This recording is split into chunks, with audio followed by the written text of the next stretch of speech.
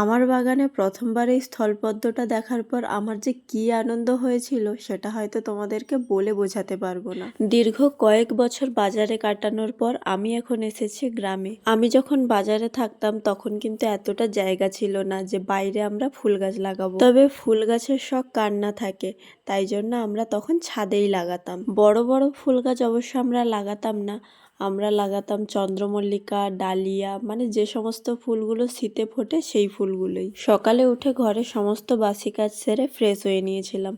তারপরে জলখাবারে বানিয়েছি আজকে ম্যাগি। এরপর আমি আর মা মিলে দুপুরের রান্নার জোগাড়টা করে নিচ্ছি। আজ দুপুরের রান্নায় করেছি অনেক রকম সবজি দিয়ে একটা মিক্স সবজি, সাথে করেছি পমফ্রেট মাছের ঝাল আর উচ্ছে ভাজা। আজ একটা নতুন রান্নাও করেছি, সর্ষে দিয়ে লাউ ফুল। এই রেসিপিটা আমি একটা ফেসবুক পেজ থেকে দেখেছিলাম, আর আমাদের বাগানে তো এখন অনেক লাউ ফুল হচ্ছে, তাই জন্য ভাবলাম আজ না হয় একটা নতুন ধরনের রেসিপিও বানিয়ে ফেলি।